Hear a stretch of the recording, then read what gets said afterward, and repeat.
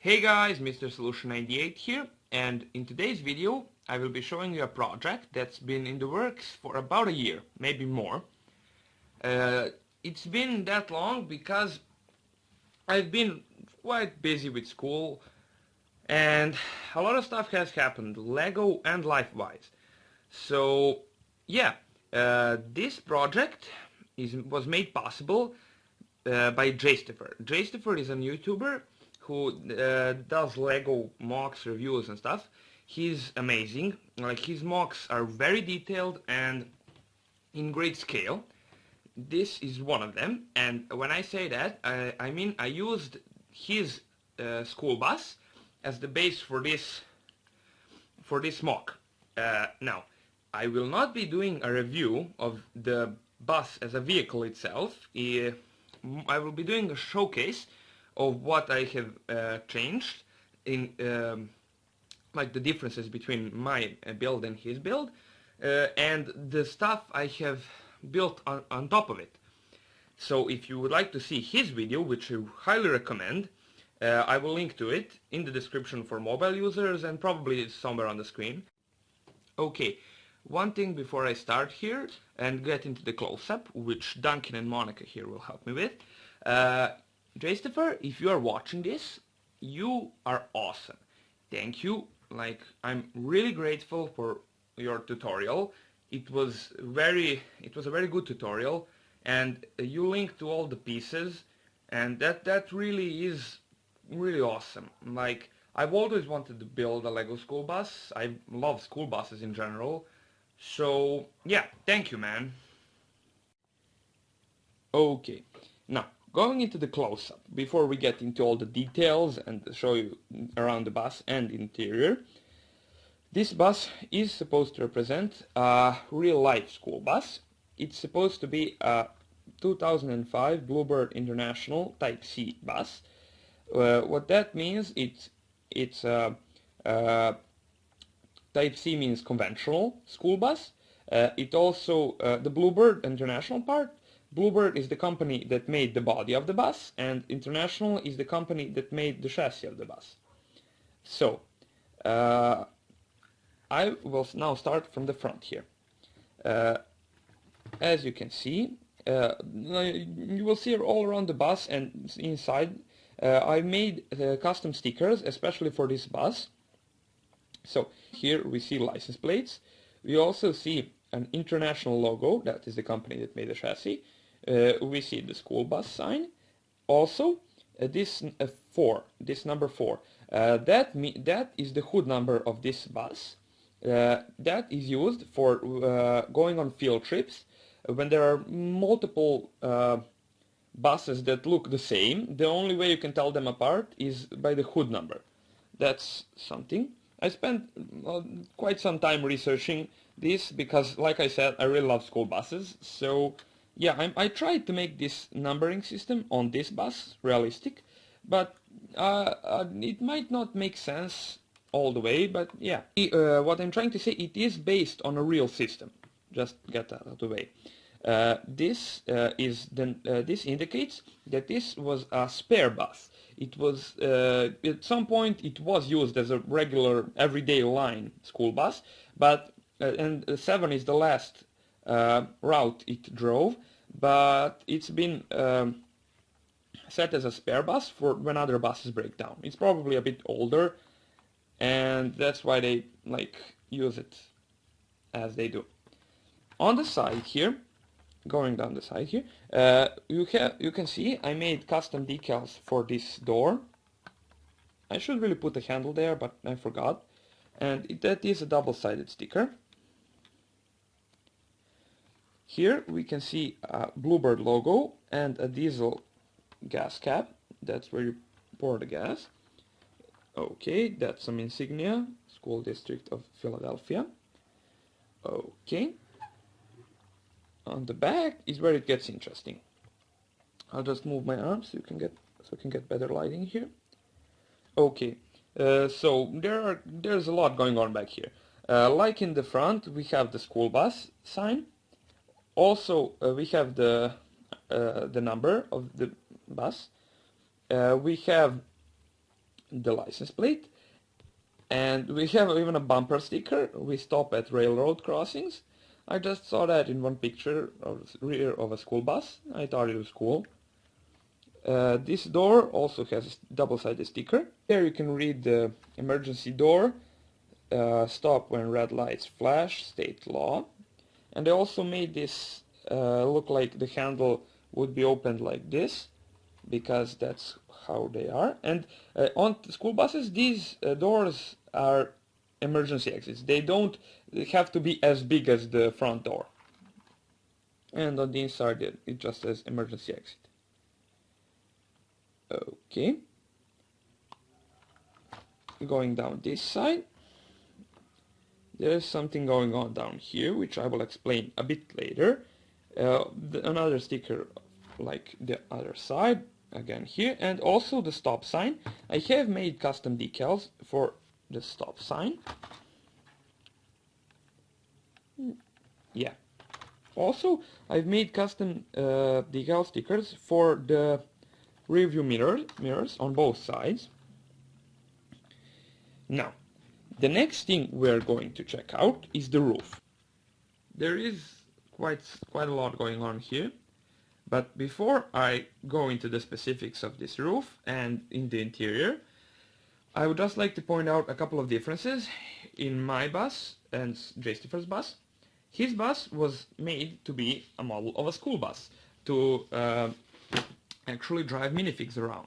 Now, mine was, I also built mine like his, but I gutted it and converted it into a camper van, RV type of thing. Now, in real life, people do this. They buy old school buses and convert them into a camper van because they are quite reasonably priced, and there's a lot of them.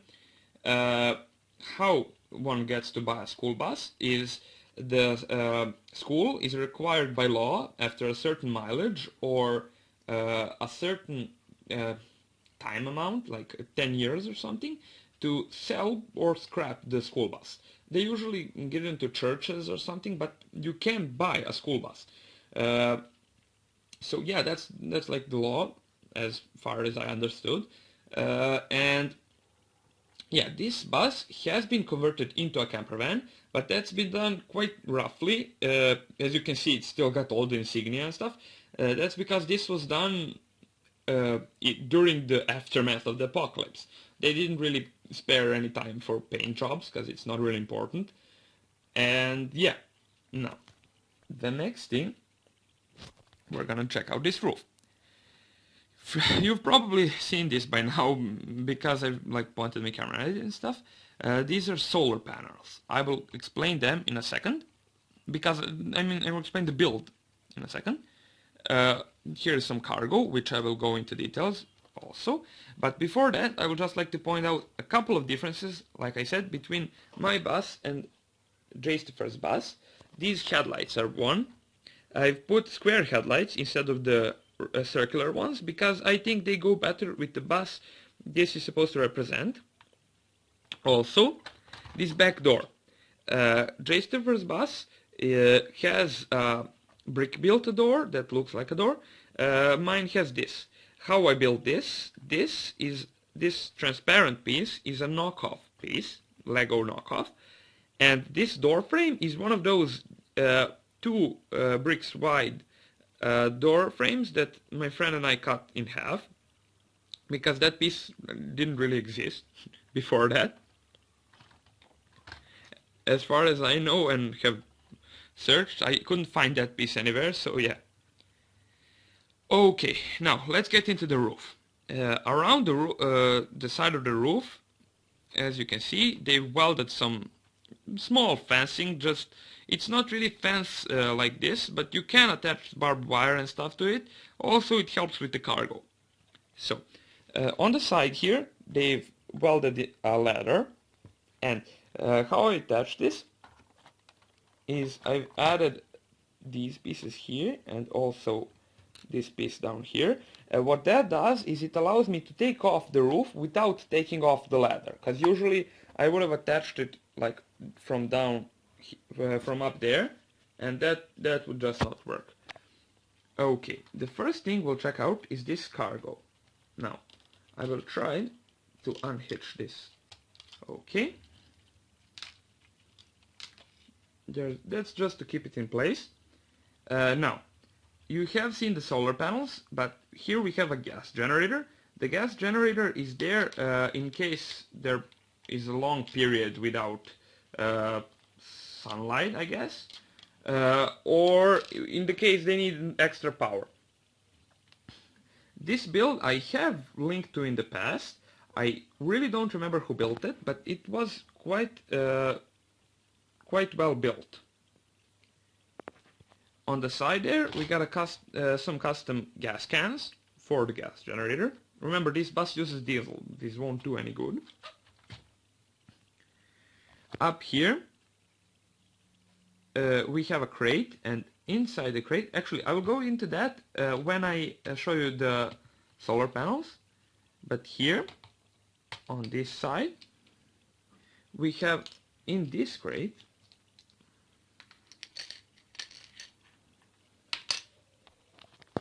some bigger tools. Like this is a megaphone, if they really want to make a distraction or something.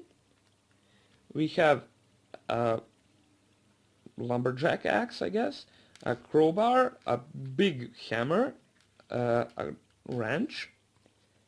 Also, it's a pry bar, and we have a big flashlight. Now, these are just some of the tools that were too big to fit down in the bus, but are quite useful. I will just move that to the side and continue to the solar panels. Now, this is a custom print I made, but the way this works is you've got these 4 solar panels connected to this center control box, and they are really wired up. I managed to spare a couple of these row pieces. And like I said, they really are connected. The cable, or rope in this case, goes down under the solar panel, comes... I'm really sorry for the focus. My camera won't focus unless I... Yeah. And they are connected to this controller piece. And then it goes into these metal enclosures. These are custom built, or they would be if this was real life, if this bus was in real life. They are just like containers, so that these car batteries that store all of the electricity these produce, and you got a couple of, these are more truck batteries or bus batteries, I guess, because they're too big for cars, but they're just about right for like this bus or a bigger truck. And the way I made these cables was these two that connect to the boxes, from the controller to the boxes, those are from the fishing rod of some minifigures series. I don't know what series. Yeah, it's from a fishing rod, and these have a little rod on one side. That's what I stuck in these earlings here, or headlight bricks if you know them by that name. And these other ropes, they have studs on the both sides, so that's what I used to connect to these. Now these are just mailboxes to protect the batteries from the weather. And the way these solar panels work is you use the controller box to aim them at the sun, and it works quite well. Originally, when I built this the first time around, these two were like this, and there was some blocks in here. But my friend pointed out to me that I could actually make them mobile. I was hesitant to keep them at all because I knew that solar panels are quite complicated, and even they really have to be at the right angle at the sun, and also they can't have any like obstructions, or their productivity is dramatically reduced. So it would, like, half of the day this would be used if half of the day, so that would be useful. But this way, when they can both move, it really is quite good, and you can like store them like this. And beneath them there is a metal frame that they built, so that it would be like sturdier. Now this box in the front with the broken lid, or built that way, it has a couple more car batteries and a really long cable, so you can connect them to like the gas generator or something. And that's sitting on a couple of shipping pallets from Lego City, and that's sitting on a metal frame. So that's the way I built the roof. Also I started with the differences like with these headlights and the brick build door, and forgot to mention this.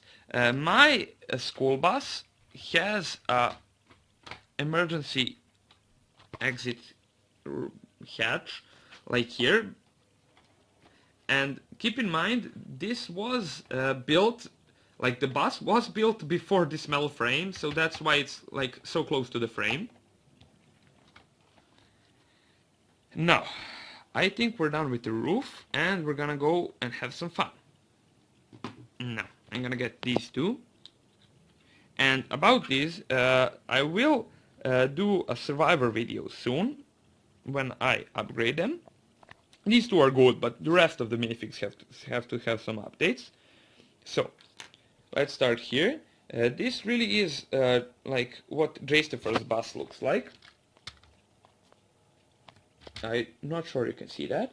It has some non-skid flooring, and inside of here also you can see a sticker I made there. You can pause to read it. It's just some like safety instructions and some stuff. Here we can see the bus driver seat. The driver's seat. I really want to turn this, and we have right beside it we have a pump shotgun. That's for safety, so you can grab that weapon and run out of the bus if need be. And since Duncan usually drives this bus, I will just place Duncan here to show you. Okay, here is what it looks like. And from the side, oh, this lighting really is bad, so my camera is having a rough time focusing, but yeah. Okay, I also want to show you that even Monica, with this large hair piece, she still can fit in this bus driver seat, so that was built quite well. I will just have to place her in here, and as you can see, she can still fit in there. So now we're gonna go down here, and there is the little white line this sticker was talking about. Right of it we have a little kitchen set. We have a sink, a couple of drawers, a stove and an oven. We have a frying pan on there. On this side we have a little dinette, and minifigs can fit in there, but it's a tight squeeze, so I'm not gonna bother right now. We have a first aid kit there, so where you can reach it easily. And here we have some bunk beds. They're metal bunk beds, like really roughly built, but they do the job. I'm going to show you. Now, unfortunately, you have to take off one of the minifigure's arms for them to lay on this bed. That is quite bad, but that's just the way that minifigures are built, because they can't go right next to a wall. I'm just gonna place her there and put the top there, and as you can see, your minifigure can sleep there. And if a minifigure doesn't have like long hair, you can put the minifigure's hand like this, and it looks even better. So, and underneath that I have a spare lid for one of these boxes. I don't know why they're still there.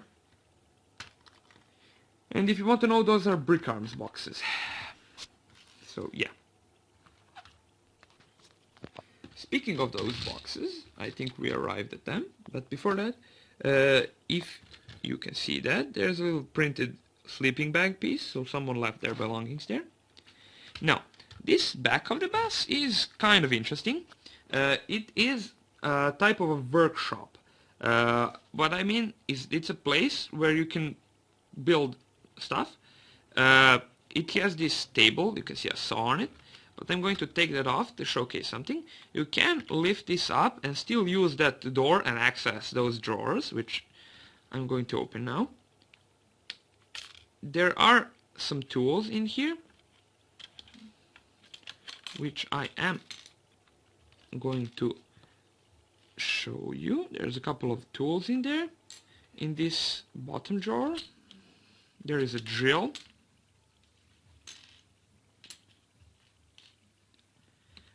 Here we have another, oh, it fell out. We have another first aid kit. That's just like safety first. Yeah, it's stuck in there, never mind. But you've seen the previous one. And the last drawer is empty, so you can place some stuff in there. We have a toolbox here for some other tools. Come on, okay. We have a couple of rolls of duct tape and a flashlight there. That's more like electrical tape, but yeah. Now, in here, I'm going to have to take these boxes out. And unfortunately, a part of this fender thing, it usually sits like this and covers the wheel, but it came out. Now, in this box, this is a medical box. In here, I have quite a lot of stuff, as you can see. Okay, so let's just quickly go through this. We have a defibrillator. It's one of those that anyone can just pick off the wall and use. It's like, you can find these at airports and stuff. We have some syringes with adrenaline and stuff. We have a couple of boxes of antibiotics. Some vitamins, I guess, and these are some other drugs. Also, we have some gauze and band-aids, and here we have a couple of painkillers, boxes of painkillers. So it's like the medical box on that side. On the other side,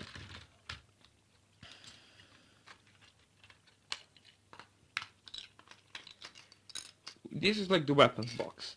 This has some like defense weapons, so you can open the lid and just take out a gun.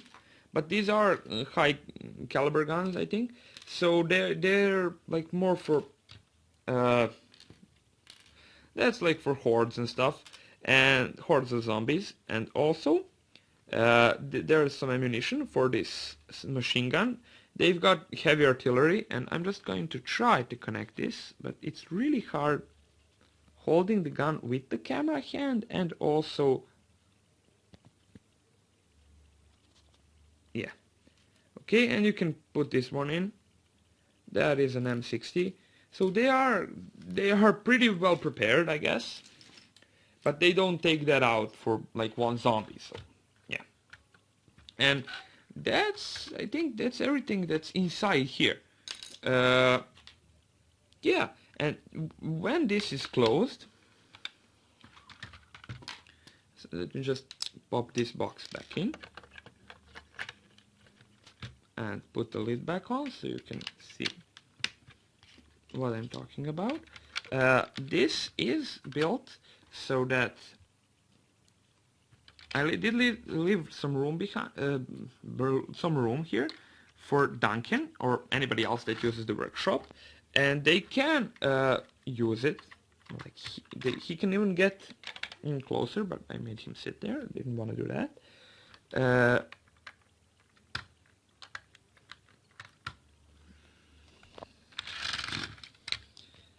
So that minifigs can actually use that workspace.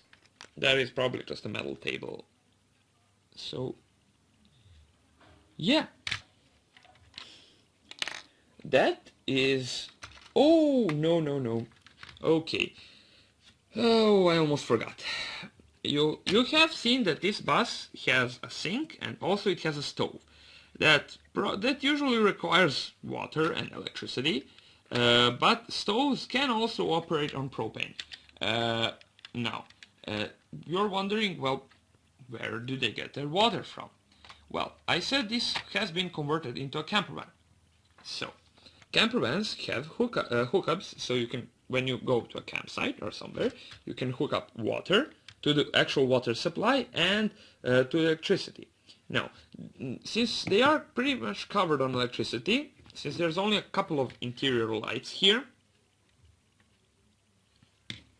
and not a lot of electrical things, they don't really use up all the electricity that they have, but it's good to have that. Now, on this side, you have seen this. Oh, you have seen this hose probably, and these. These are hookups. These are caps that you can take off and hook into the water supply.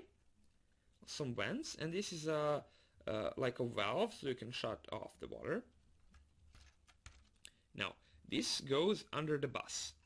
If we go under the bus, I have done some interesting things, I think. The hose goes into here, and this is the water tank. The water tank is bolted to the bottom of the bus, and this water tank, this bus only has one water tank. It doesn't have a gray water tank with the sewage because it doesn't have a toilet. But it has this one with the clean water. Also, here there is propane, and it's going into the stove here. So this runs on propane, this stove. They also have a spare tire down there. And yeah, that's some modifications I made to the bus for it to be more of a camper van type thing. Okay guys, that was my video. No, before I go, I have probably forgotten something I wanted to mention about this bus, but yeah, it's my first video in quite a while, and I think I did a good job. I'm especially pleased with this bus. I'm really happy that I actually built it. The part you don't know is that this started about more than a year ago. That's like, I made a couple of bricklink hauls back then, and I couldn't get all the pieces I needed for this bus back then. I made another bricklink haul recently. That's what allowed me to finish this bus. But yeah, it's been in the works for a long time. I didn't really have that much time to begin with while making this. So it's been sitting in a box, and like about a month ago I thought I'd never get to finish this, but yeah, I did, and I'm glad. So leave your comments down below, tell me what you think, and also if you're interested in how I built this, feel free to ask. Like I mean any of this stuff, the stickers, if you want to build your own school bus, I can send you the templates for these stickers and stuff. And yeah, also if you're wondering if you're a bus nut, if you're wondering why it only has the Bluebird logo on one side, it's because I forgot to mirror it in Photoshop when I was printing this. But let's just say the bus had some work done on this side of the roof, so they scraped that off. Yeah, I feel good with that. Yeah, thanks for watching, guys, and I'll probably see you soon, I'm hoping. I plan on doing these minifigures, like the new prints for these minifigures, not these two, but the rest of the survivors, in a couple of days. And when I do that, when I finish the minifigures, I will probably do a showcase video for that. Yeah, thanks for watching. If you like this, if you want to check out more content, subscribe or check out my channel. That's all for today. Mr. Solution 98 signing out.